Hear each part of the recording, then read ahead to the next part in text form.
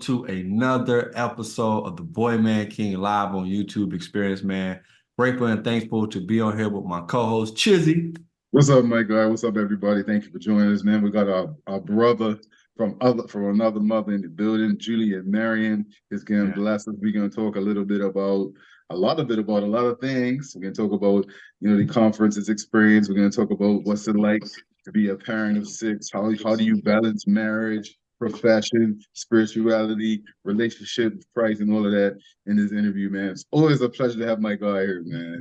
Julien, welcome back. Welcome back, brother. You're a regular. Welcome back. Yeah. It's about to be a third co-host or something. Is it, man? Are you pruning? Are you pruning? We about to do a trifecta or something? That's what we're working on or something, Crump? Hey, you hold the key, so you let me know. Yeah. Hey, so Julien, first and foremost, man, like how are you and your family in Houston with the hurricane? Yeah, we're good, man. We were in vacation in Orlando, and so we're supposed to come back, and then the hurricane came, and so trying to figure out like extended a day, and then you couldn't find a hotel. Like from Louisiana to Houston, everything was sold out because there was about 2 million people that didn't have electricity. So we're a family of 8. So it's not just like give me one room and a bed. It's like no, we need at least 2 rooms. Yeah, so we had to figure out hotels, Airbnb on the way back, and time it, so that you don't just keep on spending because it can go really fast when you have 6 kids. Yeah. So you guys are driving. You're making this. You're making the track in the way. Okay. We made it a road trip. Right. Okay. So we drove from Houston to Orlando, made it a road trip. Because it's always about experiences. So we made it a road trip and it was fun, and we timed it with Disney and all that good stuff that you do. But the storm just came in and and messed up a couple of things. Kind of had to derail some things. Well, look, we're about to bring a storm today on the show. And we're about to highlight, being free as men, but I kind of want to talk about spaces in men that we occupy, man, as leadership and in relationship.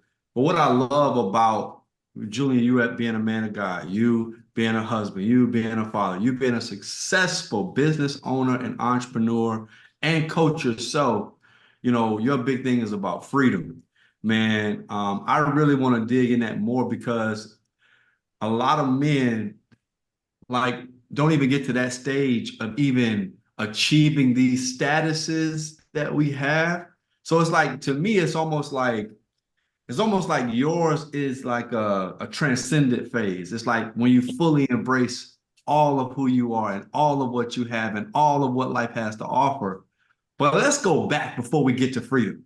But guys are still just fighting. Right. Talk about the fight men get to just to show up. Men get to just to try to get married, try to get a business, try to raise children. Most men, the stats show, and I know, Julien, you big on this data, most men are still in this thing actually just trying to figure out life, and they can't even process trying to be free with the life that they built. You know what I mean? So talk about you as a coach. What are some key tools? Let's say 2. That really help men who like, man, I'm at a certain age and I'm at a certain state, but I don't have a certain life that in my mind as a man I would have by now, i.e. the money, the house, the women, the children, all in a perfect, whatever way we make it up in our mind. For men who are out here fighting that fight, right? To kind of their personal manhood. What are 2 things you help men with to really help them understand how to overcome that first stage, if that makes sense? Yeah, I think the very first one is, and I think you talked about that too, which is like you got to tell the truth. Right? Like, I mean, men, we're so good. We're so good. Yeah, we're so good at just like manipulating the truth. Yeah. Right? Wow. Like I remember I had a coaching call with a younger guy, and I go right away to it. I'm like, hey, how many times you have sex with your wife? Like, I want to know if you're going to lie to me. And I'm going to a question that you don't expect me to say right away. And right. And he shared, he's like, oh, I was like, when is the last time? He's like, well, about 3 weeks ago. And I was like, 3 weeks ago. I'm like, okay. How does that make you feel? Well, it's okay. I'm like, so you want to have sex with your wife once In a every month. 3 weeks, right? And it's like, no, not really. I'm like, okay, cool. So if you want it, what would it look like? It's like, well, 2 or 3 times. So I'm like, so it's not okay. Right. Yeah. No, it's not okay.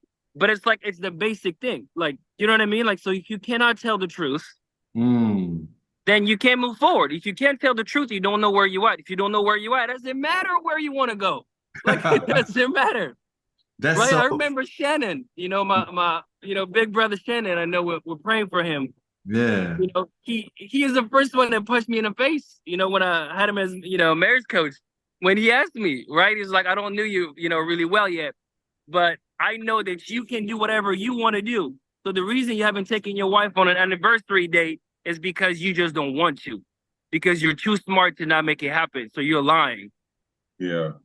Yeah. Oh. Right? So you need men like that can tell the truth. Be like, okay, stop lying. It's not about the fact that you don't know. You just don't want to. It's not about the fact that your kids is the excuse why you're not working out. You just don't want to work out. So you can talk about kids' duty and I can't because I'm on kids' duty. I'm like, I have 6 kids and I find time to work out. Like, it's not it. It's just like you got to stop lying and say you don't prioritize working out.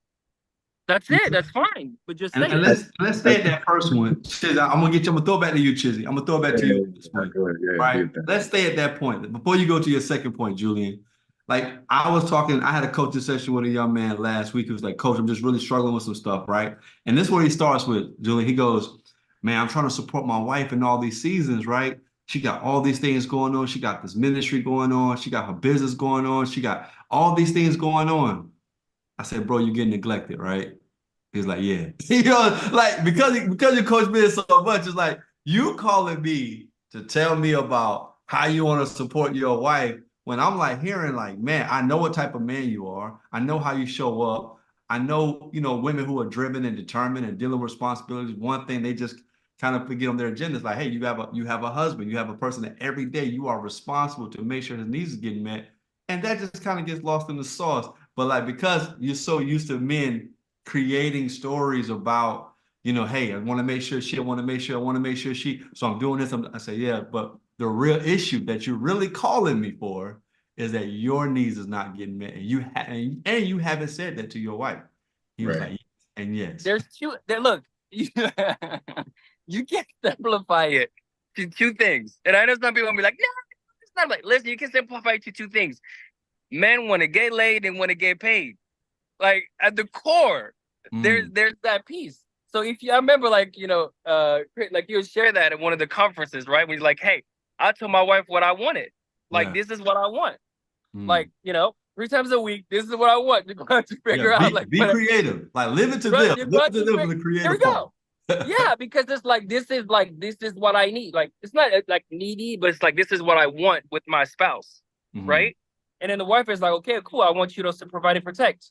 And I'm gonna need you to, like for example, for us, like, I'll put the massage bed. My wife if I put the massage bed, up and I'm gonna massage my wife, there's a high chance that it's just going to lead to it. Right? It's not gonna be just this transactional, come on, hey, it's Wednesday or it's Monday or whatever that looks like. But at the core, those are the 2. So when the men say like exactly what you said, right? It's just like he doesn't feel appreciated, right? He wants to be touched by his spouse, right? And it leads to intimacy. But it's just like if the wife doesn't even want to touch him because she feels some type of way because of who he is, and he doesn't share anything because he's not really even in tune with his feelings. And I think in a conference I shared that. I was just like, and my wife is the one who coached me there, which is if you can't feel, you can't heal. Right. But we shut down, especially in the Black and brown community, like we shut down feelings. There's a big part that's like, hey, we don't miss me with the feelings.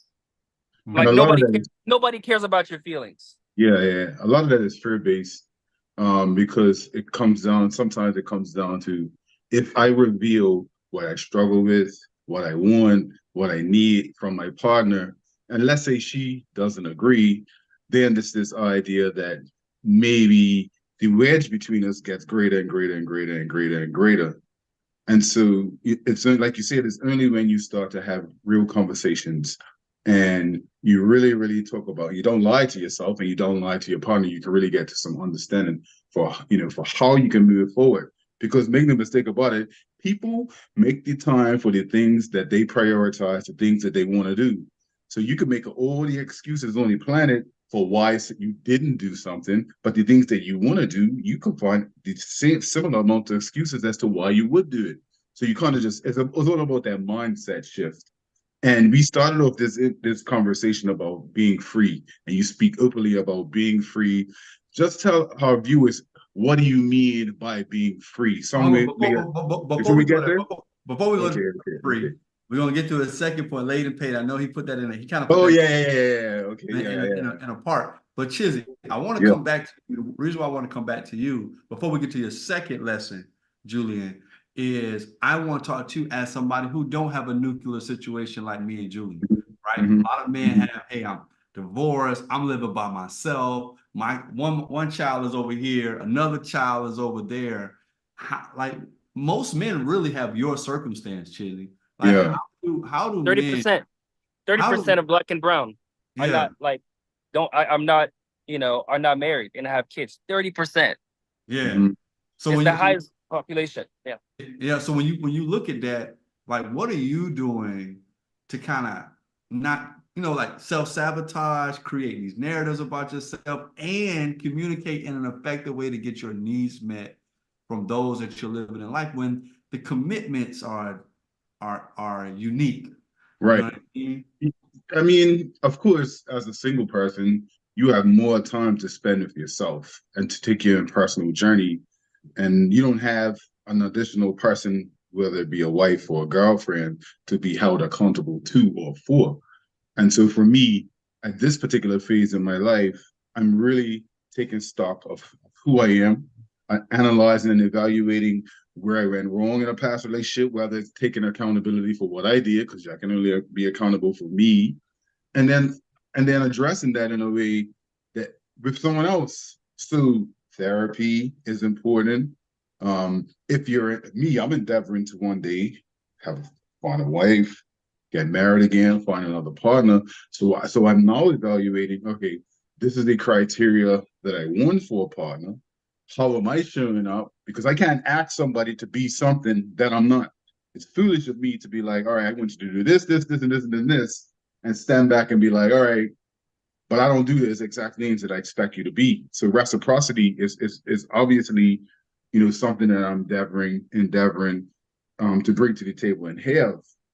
But make no mistake about it, it's not easy, bro. Because as a single guy, I could walk outside my house, go to the grocery store, bump into Shorty, have a conversation, and the next thing you know, I'm right back circling the wheels, doing the exact same thing that may or may not have gotten me in this position, just from a broken relationship dynamic.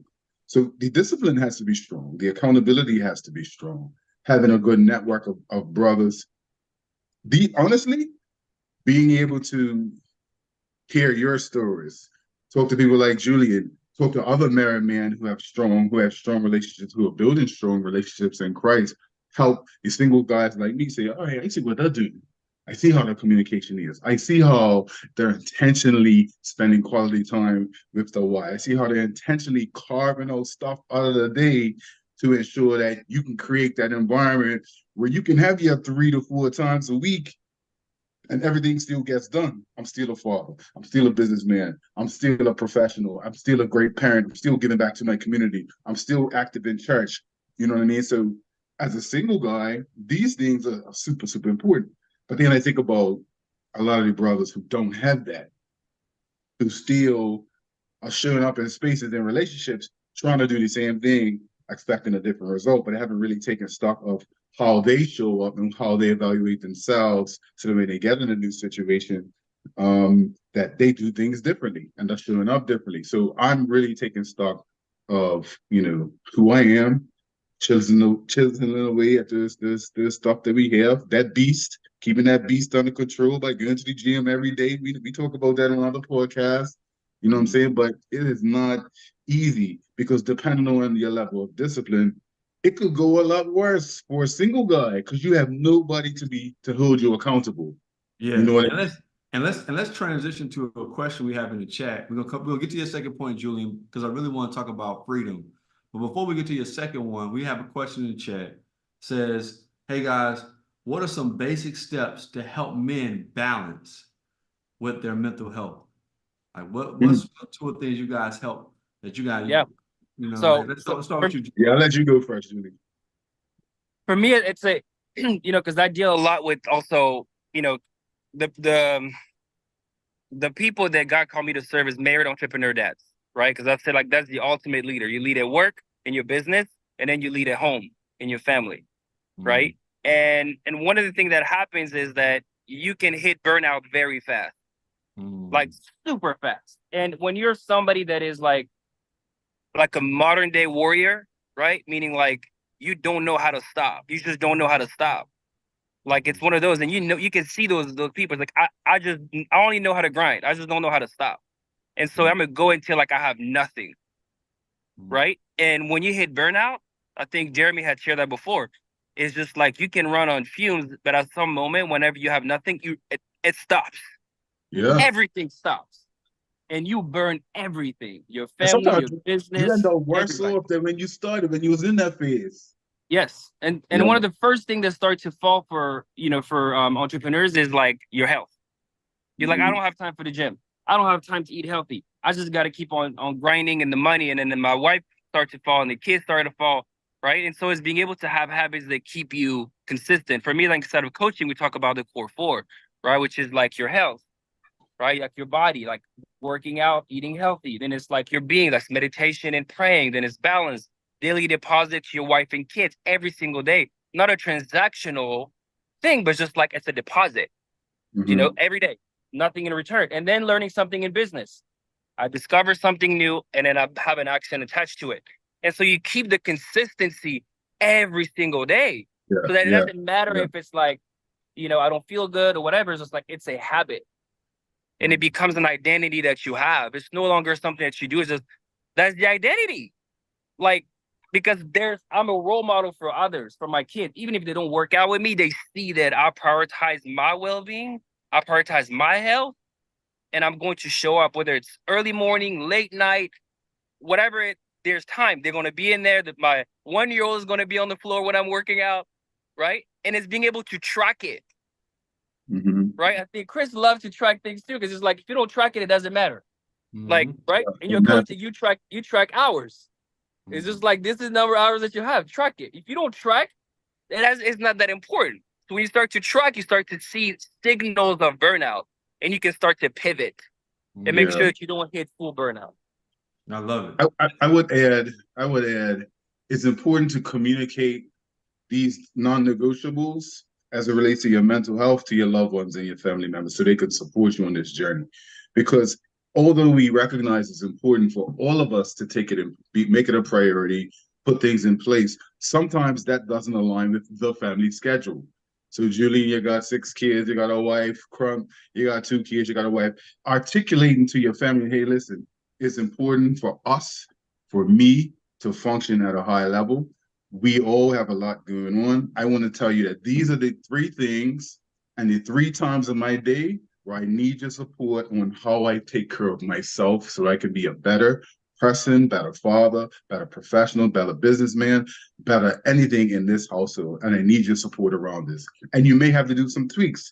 You may have identified first thing in the morning that's ideal for you, but maybe your wife or your children have to get to school or she has other needs. The important part is to communicate those 3 non-negotiables with your family and make it ideal so that you can have uninterrupted time, whether it's spiritually, whether it's going to the gym, whether it's whatever you determine that to be a priority for your mental health, so that they understand that this is important to you and it's vital and necessary for the betterment of you being a leader in that household. And I think that's a critical piece that you have to communicate that to your family, because you can't assume that what you want and what you think you need and how you schedule it is ideal for the people around you that you support and that support you. So that would be my additional takeaway. And he asked for 3 books on book recommendation. I'm gonna give him 3. The Way of a Superior Man, all right? Hold On to Your Nuts by Wayne Levine, right? The relationship manual for men. Nuts is an acronym for non-negotiable, unalterable terms. Like, Mm-hmm. and also As a Man Thinketh by James Allen. For me, like those are like go-tos to kind of recalibrate your mentality, live by your man code. So I recommend those three books. But let's move on. Julien, also you have another point, and then I want you to talk about why you focus on freedom compared to so many other coaches that talk about men focusing on the bag. You know, you can Mm-hmm. focus on your faith, but you kind of really focus on freedom. Kind of take us into that. Yeah, and it's Define funny when freedom. you said when you said that, the first thing that it took me back to is the conference. Took me Mm, back to the conference, and Chizzy and I had a conversation. And I was Yeah. talking to him about like, hey, I have those, the way we set up, set our coaching, the goals is like we do where you currently are, and then we do what's called like an impossible game. Like, what is the impossible goal that you have? That the current version of you cannot achieve it. Like, you Mm-hmm. have to become something different. The mindset, like you have to just become something different, right? And I told him, I was like, well, I have this at the end of the year, like a full sleeve, my left arm, right? And I have like a cross on my side and a full sleeve. And he's like, oh man, if I have a tattoo on my arm, like people are gonna start thinking that it's like midlife crisis. It's off the Like that's world. Something's good. We'll yeah, just go. exactly right. And so I was just like, oh wow, so like they like you're a prisoner. You're a prisoner to other people's opinion, Yeah. right? And then Jeremy came in, and Jay just got like, the tattoo on the biceps, the forearm, right? And we're just talking about like, yeah, because it's freedom is also like you're not thinking about what people are going to say about you, Yeah. right? Like you're just not. But you have to reach a certain level of one connection to God that you can actually in the morning be fully aligned to know there's just like, hey, I'm in flow. I don't make decisions, but like I'm in flow. So I know where I'm going to go. Right. mm, And I don't have to be thinking over like how are people going to react to what I'm doing, because it's like I'm not doing it for you. And mm, my heart is pure. I know exactly who I am, Yeah. where I'm going. And the higher you go, sometimes the more the more of a prisoner you are, because you have more people depending on you. Yeah. Right. Like Yeah. I built a 7-figure business, and then I started, God called me to go into coaching, and now people started wondering like, what's going on? What's yeah, going on? People started sending messages to my mom like, is he okay? Like, is he okay? And then I went to the conference, and I, reported, the video, and I posted online, and people had opinion about it, right? yeah. And so they come and attack you about, well, that's not true. How do you know that? And I'm like, that's part of it. So some people, what they do is like they contract. It's like, oh no, I'm gonna stay hidden, because if I'm public about what God wants me to say, people attack me. People look at me And some type of way. yeah, so you're And, still a prisoner. yeah, and that's so true because that's why we made this platform, right? It wasn't I want to grow following, I want to get some endorsements. It was like, man, I was like, we need to put wholesome, valuable, masculine, like faith-based content online because I was at COVID, Julian, watching what was going viral and watching who was getting popular. And I was just like, people are listening to these people and following Crazy. and endorsing. I said, no, I can't sit back. I can't sit Yeah. back. So Yeah. you get out here, you don't realize that it's a free market.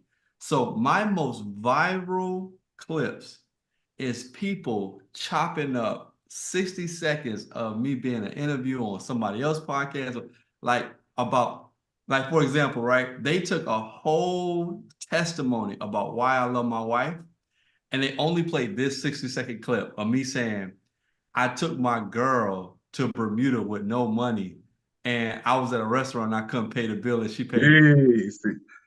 so Yep. Your when publicist I is say the lying. roast, when I say the roast ministry in the comments was like it was like 23,000 comments.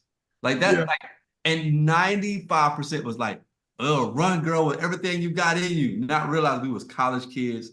I was 19 years old, never flew a plane in my life, never even had a passport. They don't realize, like they missed all, they're thinking like in my current state as a man, I'm like taking a girl to Bermuda with no, they didn't realize, be like, it was like, so you realize like, man, if you're not healthy, going back to your point, Julian, like if you're not healthy, Even guys putting content out on social media can second guess, like, because of the comment ministry or because how much likes and followers they have, they can be like, well, should I be doing this? Is this my calling? Is this really working? Well, the question goes back to, why did you do it in the first place? You know what I mean? Like, if you really did it, and me and Chizzy always say this, we're on this platform, if it's one brother or if it's a million, like, we're doing this because we truly know our heart is in the right place to help people. Yeah, man. So thank you for sharing that. Chiz, I know you want to add to that. I think everybody wants to lead, but you can't. Once you become a leader, you understand it's just like everybody likes the idea of leading. But until you start to lead and you start to get attacked and your character is attacked and your heart is attacked and your motive is attacked, then you understand it's just like, oh, no. And then people back down, right? Because it's like everybody wants to lead until you are leading, right? And I told you that we have about 500 families, right? Like, you think like every decision that you make publicly on like hobby or things that you like is not just like, it's literally like a king in the kingdom, and every decision the king makes is just like analyzed by everybody. And we feel like you're not taking care of us now, right? And so when you start to coach and you start to share personal stuff, because you become vulnerable so that others can feel vulnerable sharing also where they're at, then it's a very different game. And that's why for me, I was just like, that's why it's a calling. Like, you don't just decide to become a coach because like, oh, there's money in coaching, I'll become a coach. Like, this, you're not gonna last. Like, if it's a calling, God called you to do it, then you're going to last, because it's not about you. You're just channeling, and the right people come to you, and you're just serving them. Yeah. You know? Yeah, it's amazing how when you take away from the result and you focus on being consistent, that consistency, sorry, I'm jumping my words, goodness. Consistency becomes the focus. Consistency becomes the result. And then the results are just a byproduct of being consistent. And make no mistake about it, we're talking about consistent in a positive way and building man up. But trust and believe, consistency comes when you put energy and time to other things as well, things that are not so positive. So for our viewers and for brothers out there, man, if you're going to be consistent either in the right way or the wrong way. You just have to choose which way you want to be consistent and what outcome you may want to get from being that consistent. Because you will definitely get your reps in. It's just a matter of what you're getting your reps in and how you want that to play out when you're doing it. Yeah, and I want to make another pivot for freedom, right, Julian? I want to talk about guys struggling being free with their woman, right? With their wife, the significant other. I know for me, man, because here's what I've learned. Let me tell you what I've learned. I've learned that me not being free kept my wife in jail with me, right? So she had a lot of resentment toward me because I wasn't effectively communicating. I wasn't being honest about my needs. So like, I'm getting energy, not realizing I'm creating the energy because I'm not being completely free and open and honest and transparent about my needs, where I'm at right now. Because I'm just like, no, everything's good. No, it's all. So now I'm not effectively communicating, but I still have the expectation. So the craziness is I'm not free and she's in jail. I got the expectation. So she's not doing it because I'm not effectively communicating. So now I'm building up resentment. And that comes out however it comes out. I know, Chizzy, you talked about your anger. I talked about me just being shut down. I was the shut down case. He was the blow up case. But either way, it's a case that other people are attached to because we're not free. Even though we're in the house, even though we're in the job, even though we got the wife and we got the kids and we got the cars and we got the house, you can still be locked up in just your communication. And I was trying to process, Julian, like, why am I not telling my wife what I really need to tell her? And I really had a Superman complex, inferiority complex. Like I had like this, I feel like a hostage of just like, I struggled with my identity being less than if I would say how I was processing things, struggling with things, needing things. I just processed it all in one word, being weak, just being weak. And Right. I was not going to openly and initiate a conversation that in any way, shape, or form has me looking like weak with my woman. Did you hear my story before? I mean, you know what I mean? Like it's 100% that. And I'm like, we're all unique, but at the same time, you're not. You know what I mean? Yeah. Like, you know, I talked about that all the time. For me, it's just like when I realized that my mixed heritage is where all that started. Is that Mm, place of feeling inferior. Black mm, people tell me I'm white people tell me I'm black, and I don't belong anywhere, and I'm just angry. mm, Right? I'm a March baby. Like I'm naturally like to fight. And mm, now you're putting me in a place like this, right? But mm. that's great inside of sports. But as soon as you become a husband and you still have that energy where like I don't want to be less than, or like you say, like weak, you know, like Yeah. look weak, sound Yeah. weak. I'm 6'3". I'm like, I'm not little, but like my family, like they're 6'7", 6'8". Like we Right. got some tall people. So instead of my unit, like I'm short. Yeah. Right? And so like that kind of reinforced that. But the place of knowing how to express Mm, exactly what you want. That's why inside of our coaching, we have a tool called the stack. And I know I talked to Shizzy about that, which is like once you get a trigger, it allows you to pause. Because a lot of time when people get triggers, like you don't pause, you just go to the next thing. Like you just want to fight back. You want to just attack. You want to run away. But it's like it allows you to pause and then struggle with just like the facts. What are the facts stripped of feelings? Yeah. mm, Yeah. Right? And then being able to get to the place of like now just like changing the narrative of it, right? You control your focus, you control the meaning, so you can change the story, and mm, then finally getting an action out of it. And so you do that and you get that in like a almost like a way that you can share it. So for me at some point, like what I started to do, because my wife is an empath. So that means Mm. that she feels energy.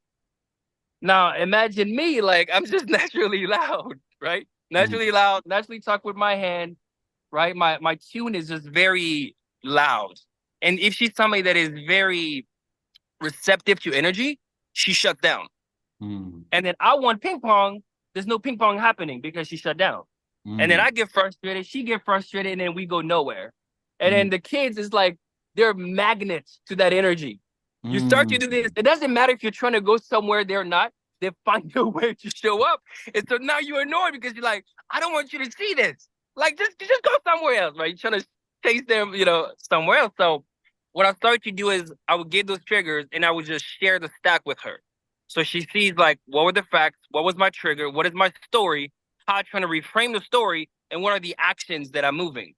And that allowed her to understand where I was here and where I was here, because every time we'll have a conversation, she would not even be able to focus on the words that I was saying, because my whole body and Right. energy was way too much for And her. she probably couldn't remove you from whatever was taking place, so, which is Yeah. why sometimes it's She important. just gotta deal with it because like it's Yeah. like I'm Yeah. living with them. I'm married to him. This is the only man I can. So it's like I just gotta like so now you kind of give up ministry. But Chizzy, I wanna go to you. We've Mhm. never asked you this. You know, Julian has expressed this in his We story. do. He's been on our platform multiple times. Yeah. Me and him have similar, but when it comes to you, I always wanted to ask you, especially with Julian on, is when you were married, did Mm-hmm. did you suffer with being in prison and the whole not being free? And then did you also equate that to what escalated? You know what I mean, to your altercations, like so, like because I know you expressed it on our platform. You've been very honest Yeah. and open about your situation, but we never talked about it in the context of being free and being in prison. Why? As I see it now, I see it to be I had immense expectation, Mm, but yet consistency wasn't the call of the day for me at the time. So even though I was showing up, even though I was there, I was doing my best. I needed that validation. I needed to feel that sense of I see what you're doing, and to give me the motivation to continue to do. But mm, because I personally wasn't getting that for whatever reason, mm, it could have been me just not even creating the environment that's necessary for her to feel like she could be vulnerable to me. You know what I'm mm, saying? A lot of times we expect people to function how we function and think how we think and show up how we show up. I was telling my boy that today. I'm like, if you're having an issue with your girlfriend, pride will tell you, I'm not going to tell her because I'm told her so many times before. She may be completely on Mars, doing something completely different, completely oblivious to what you may need. And what you really have to do is just communicate that to her. No, that's the first phase. If she loves you and cares for you and wants to nurture the relationship, then she will make the adjustment and you guys can figure out a way to find that happy ground. During my marriage, I was just complaining. I was just saying stuff. I was just saying, you don't do this. Or she was just being passive aggressive. And so there was never a moment where we just sat down and say, all right, this is what the issue is. Let's evaluate how I feel, how you feel, give credence to how both of us feel, and find a way to move forward. This is the importance of counseling and having people in your corner that can be an intermediary or can intervene in your relationship so that both of you can actually see each other from somebody else's perspective. And I know for me, that's something that I didn't do. I didn't explore counseling. So for those that are watching, for brothers who are struggling in relationships, brothers who are struggling in marriage, it's as important as you go to the grocery store and buying groceries every day. Like you need somebody else to look at your relationship, because in different phases of it, you guys could speak to this, you're going to need somebody to do an analysis of where you are and where you need to go. It's just like how you were doing your business. And sometimes when you're in the picture, you can't see outside the frame, as we know, right? So it's important to have somebody outside of there that says, all right, this is where you guys are. This is what, and you can articulate where you're trying to go. You can articulate what your struggles are, and someone can help you process that and get through to that. That is healthy. You need to debunk this. You only go to therapy when you're sick type mentality that's in the Black and brown communities. Or we don't talk to people because we keep our problems inside. And so that doesn't give you freedom. Because when you're in prison, you're in a 6x6 cell. I've never been in prison before, but you have nothing at your disposal. Whatever's in there with you is what's in there with you. You know what I'm saying? So you have to liberate yourself and liberate your mind and get to a space where you now are ready for the betterment of your relationship, the betterment of yourself, to have somebody else come in and support you. And that's why it's important for us to do this. That's why it's important for men to have initiated men who keep them accountable on a regular basis. We're not talking about when the crisis, when it hits the fan. We're talking about every day, every chance you get, 5-7 times a week, having conversations, having brothers in your corner that care for you and with you and your family and your wife and your circumstances to win. I can give you resources to do so. You know what I mean? Hopefully I answer your question. No, but I want to transition to the why, right? Because I think, Julian, you highlight so much with the freedom when it comes to, you benefiting. But what I've learned, when I kind of like, COVID kind of, see, I'm very stubborn. I'm very prideful. I'm very competitive. So sometimes taking an L, like Julian, like I'm a type of person, like I'm a terrible loser. Like I process way differently in a loss.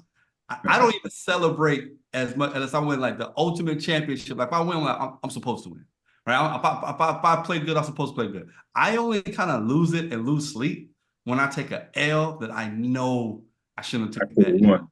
Right. You know what I'm saying? So it's like in COVID, I was I hustled. Yeah, like COVID, I was stuck there really like sit with my thoughts, sit with my relationship, sit with everything because the world shut down. And that's when I finally realized I had to have a conversation with my wife. Now, here's the crazy thing. One, me just having an aha moment, I thought that was everything, Julian. Like not realizing there's a skill set you have to build now. Like you being aware, okay, cool, but you still aren't the person to change it. You just acknowledged it. You just brought it to light. But then there's a person that has to be developed. You're awake. Right? You're so awake. like that's it. But that don't mean you finna be fit and cut and rip. That means like, oh, you're awake. Now go to the gym. You know what I mean? So I'm saying that because I can see my wife so much better now. Because when I wasn't free and when I was in prison, I was so consumed by what I was dealing with, what I was struggling with, what I was not getting, what I was not achieving. That was me, bro. That I couldn't really, truly, honestly see my wife for what she really needed and what she was battling with, because I was having my constant battle in myself by being locked up and not free. So now I'm here. Now I'm like, man, I'm seeing my wife, genius, a unicorn. She's working, she's focused, she's sacrificing. And it's like, I don't have that energy of like, I gotta do something around. I get to do stuff around the house. I get to do the things that support my family. Like, think about how sick you are. Think about how sick you are to be in a committed family, and one of your gripes is to do things around the house to help my family. Yeah, it's retarded. That's actually a really strong gripe for you, that you would like to argue with the person that's in the house doing something to help on some capacity. So it's Chris, like, yeah, you know, it's funny. It's funny you say that, because to me, I had an amazing dad. He wasn't always present because of like work, right? But amazing dad, loving, will cook with like everything, right? And so for me, like the motto is just like, hey, you're present, like you do work, you know, like when every single one of my kid, like I have my wife, like we're going, like I'll be up with the kid, she'll be up with the kid, I'll clean, she'll clean, like always share. She would do, you know, go like, for example, right now, like she's not here. Like I have all 6 kids, right? But and so people, like especially women, they're like in shock. They're like, "What do you mean? You mean he's there by himself with all the kids?" She's like, "Yeah." It's like, wow, because for them it's just like, this is how, and I'm like, I didn't like. What do you mean? Like, they're my kids. Like, what? What do you mean they're my and kids? That irks me too, because you know how they celebrate black men. Hey, you take your children out for walks, like you spend time with your kids, like yo, go farther. Like that irks me, because I'm like, well, that's an expectation. Like that's worth celebrating, because I'm instrumental in my children's life, and I want them to have values, and I'm present, and that's worth celebrating. That's the world we've gotten into now, where a man has to be celebrated for doing something that he's supposed to do anyway. Like, you know what I'm saying? It's crazy, although it is important. Now, don't get me wrong. Sometimes we are unseen in a lot of ways, but this whole stereotype that because you take care of your kids, you're a good man, is foolish to me. That's ridiculous. You feel what I'm saying? Sorry, not to You know, cut you. to talk about Chris stuff, which is, I think for me, is like whenever I got free, yeah, my wife I was able to give space to my wife, which is something I never understood. When my wife, you know, sometime last year, because again, at every level of growth, there's a new level of freedom. You're going to peel the onion. There's going to be another trauma that you didn't see, that hasn't been uncovered. And also you have successful men that just like can lose it all, because it's like at every level, it becomes something different, you know, and it's new trauma, and she's growing, you're growing. I'm 15 years in a marriage.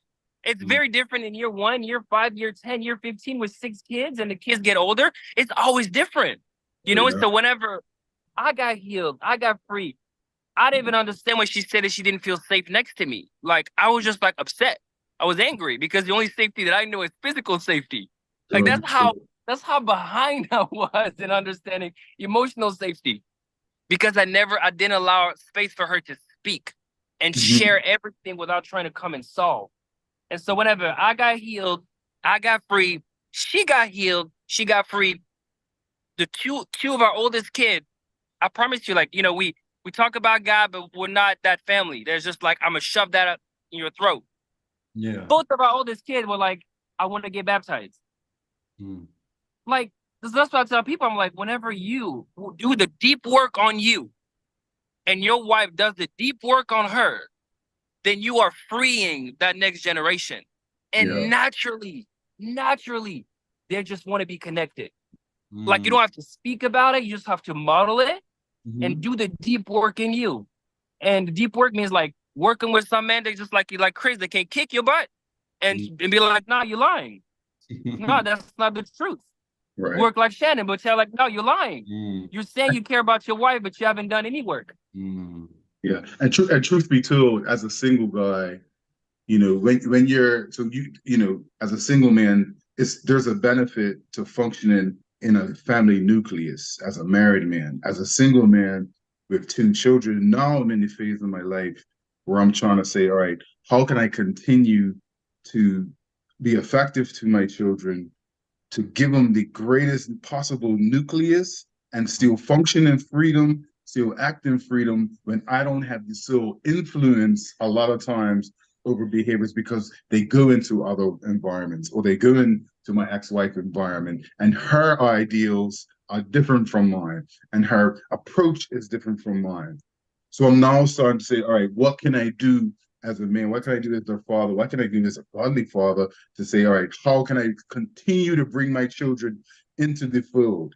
So we do like every week, at least once a week, because they don't live with me. Once a week, we sit down, we have family time together, we eat dinner. And no matter where my son is, his coming, all right, Dad, I'm gonna come there, I'm gonna be there. We're gonna spend 3, 4, 5 hours, however long it is, to just spend time so I can continue to just pour into them to prepare them. Because make no mistake about it, the single kids from a single family, I believe, they require a lot more pruning, a lot more preparation, a lot more chiseling. I'm gonna use that word because when they leave my environment, they're left somewhat to their own devices, and there are other influences.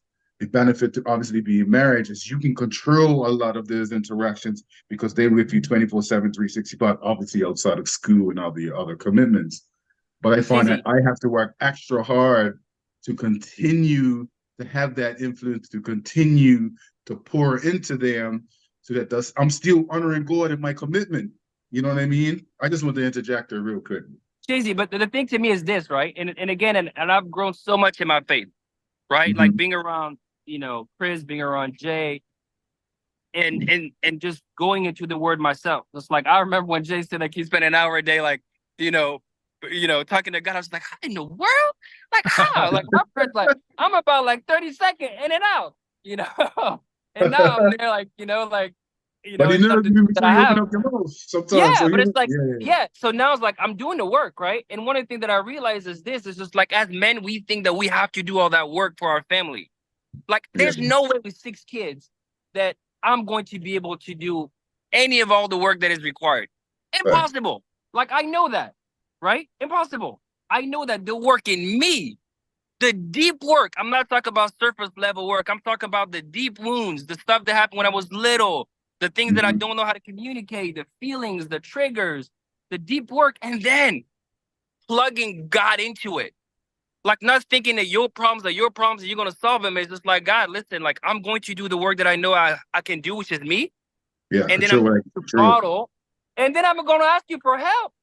Yeah, I'm going to ask you for help because I know there's no way that who I am can do any of this. And you gave me 6 kids. And so I'm trying to be a good steward, but I know that alone, there's just nothing that I can do. That's the Like beauty just of period. Yeah. That's the beauty of having God, man. Because, like you said, Julian, man, you got somebody. You don't have to shoulder this responsibility. People be surprised how important, how widespreading prayer and covering and consistently just going to go and say, look, man, because He knows exactly what before you, like I said, before you open your mouth, He knows exactly what you struggle with, what you're going to ask for. But it's amazing the importance. How powerful and how pervasive prayer is with your kids, because as a single guy, sometimes that's all you got. Sometimes that's all you have, and sometimes that's all you need. And really and truly, that's all you need in a lot of ways. But to your point, a part of that is also being a father and trying to still have your hands in the pot, trying to stir things around and ensure that you're impactful, not recognizing that your father, there is no limits whatsoever to what he can do, period.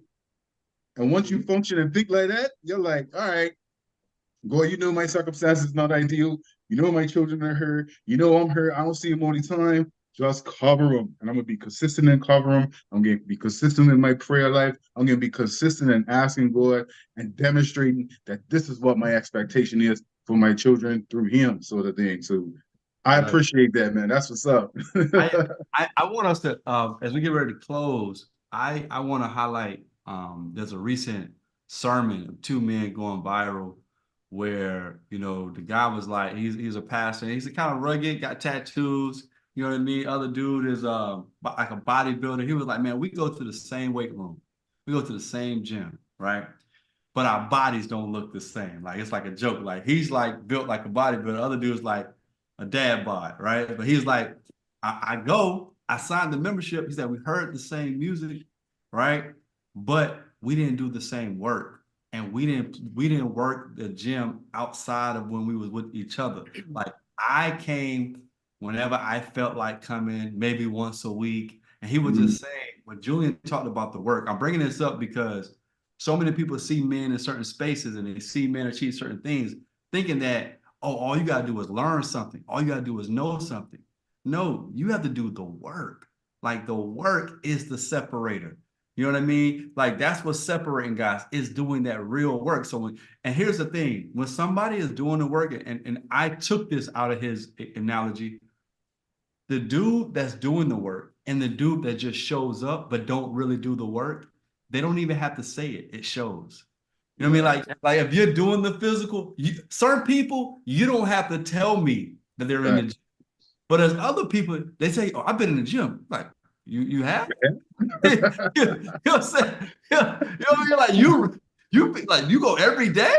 You've been in the gym every day. And like, sometimes I'm fearful when they tell people that they're like, "Oh, word."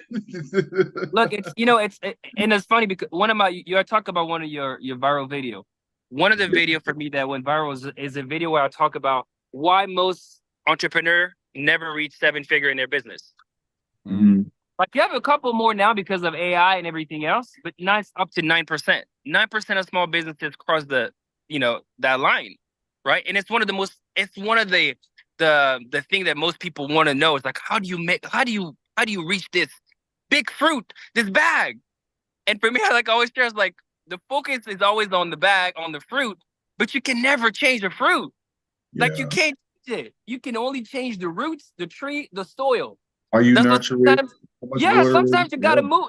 You might have to move to Atlanta and be right next to other people, right? Like you just might. You might have to just look at the roots and have somebody say, "Hey, man, you're not taking care of your kids and your wife. You're just never going to be able to grow the business because you're consistently going to feel like you have dead weight. Consistently going to be out of integrity. Consistently lie, right? Your body is not there. You're consistently going to look like you're undisciplined." Because that's what it is. If body that's not in shape, for men looking at other men, is just like, you just undisciplined. That's it. Because there's no way that you can be so out of shape, right? There's just no way if you're disciplined. Any person is disciplined. Being in shape is not complicated. It's just consistency over time. Like, that's it. It doesn't even require you to work out every day. It's just like, you know what I'm saying? It doesn't. It really doesn't. It's like, hey, at some point you say, I'm done eating. It's hard in the beginning, I get it, but then eventually you get there. So it's just discipline. So you see a man that is fully out of shape and you're like, he has sacrificed his body, right? Really sacrificed his body to provide for his family. And that goes inside of, to me, the biggest thing I really see is it's self-love. It's self-love. And that's why you need your wife to tell you all these things, because you need validation from somebody else. You need the intimacy. And you think, oh, I feel close enough. Yeah, because you don't love you. Like, you have to have the healthy level of loving you and knowing that God just created you perfect. And so be there with him. And it's so hard. It's sexual energy, and especially in the Black and brown community, one is taboo to speak about. And two is the one that crossed the line to aggression very fast. Because it's almost an energy, it's feminine and masculine, and it's like this, you know? And so that's why you just go to women. And I wanted to finish with this, guys. Talk about how we do the work, you're chasing freedom, how that benefits everybody. You get over yourself, you help others, you hold on to your responsibilities, you get involved in communities, you get rich soil, but also grace to grow, right? One of the things that I learned is, man, Chizzy, I went through all of this stuff, right?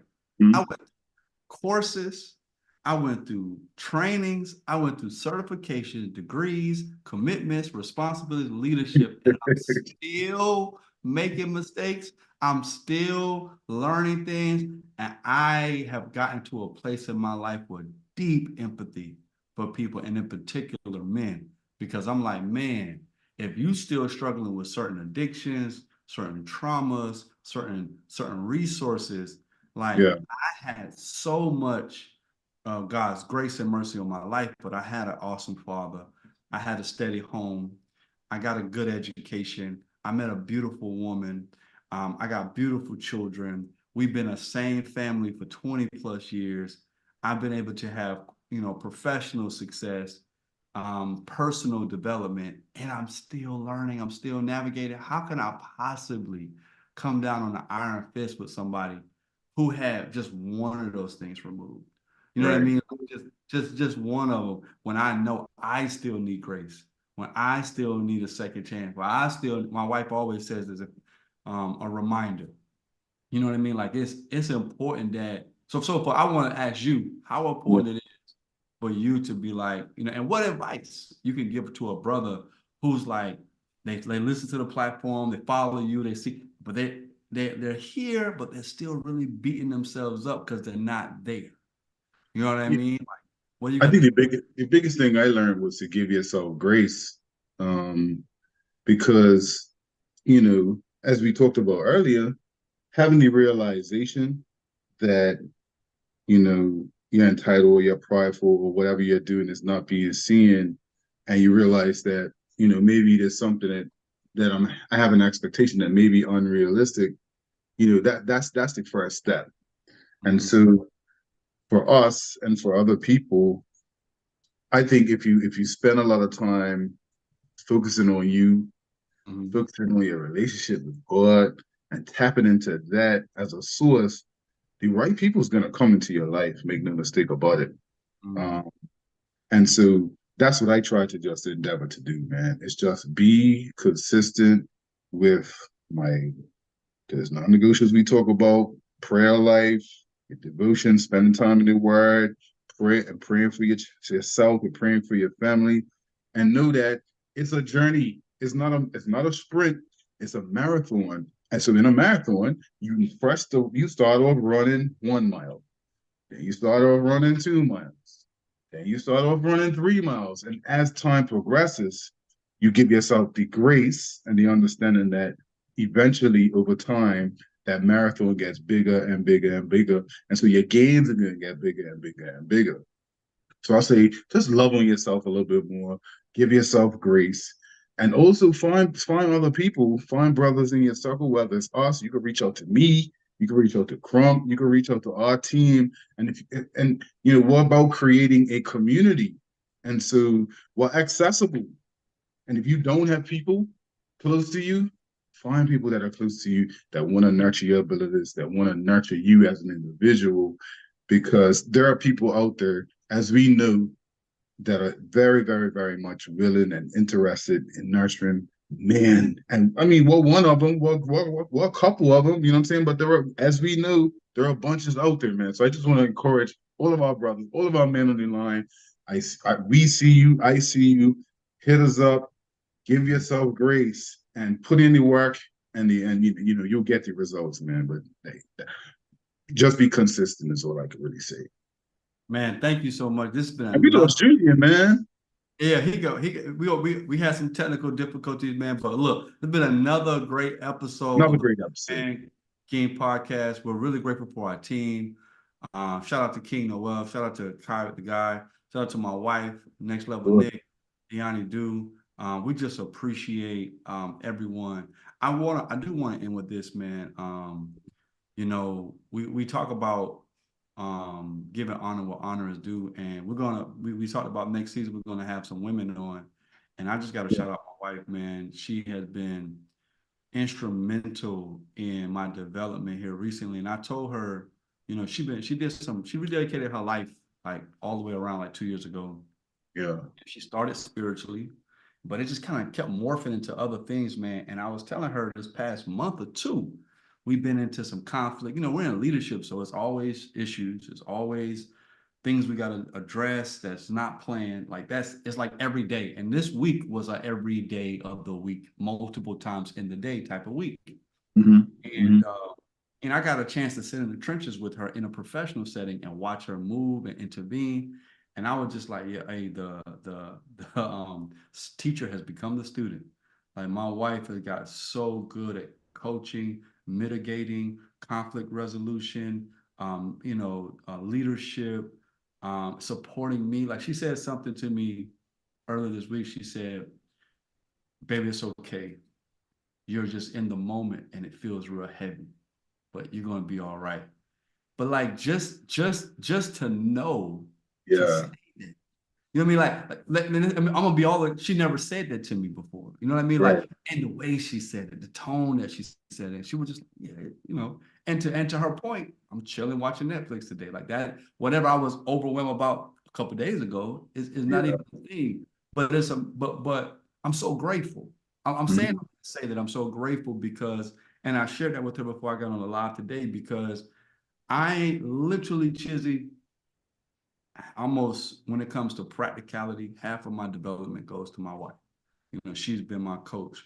She's been holding me accountable. She's been encouraging me. She's been cracking the whip on my behind. And so when we talk about Boy Man King, a lot of times we talk about men and mentorship and books, Yeah. but women have a huge role.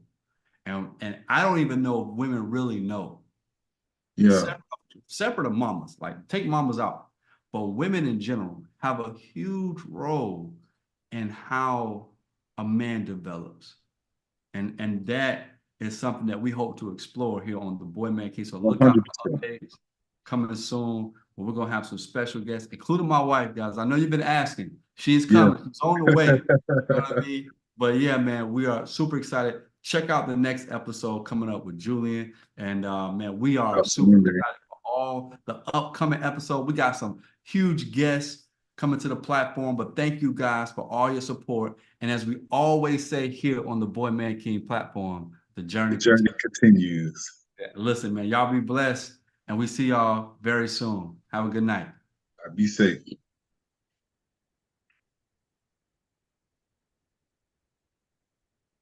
That was good, bro. That was good. I'm sad we met Miss Julian. I guess you know,